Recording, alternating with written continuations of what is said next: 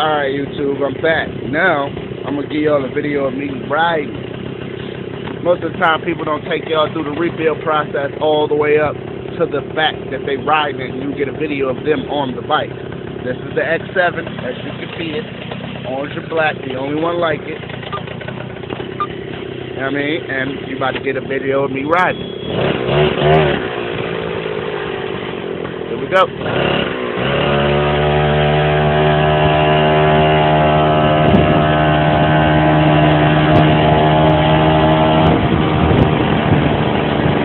Yep, running like a champ.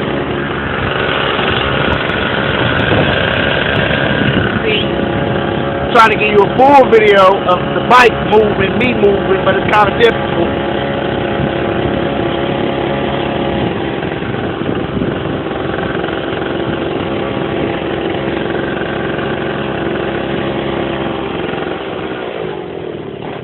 Speed bump.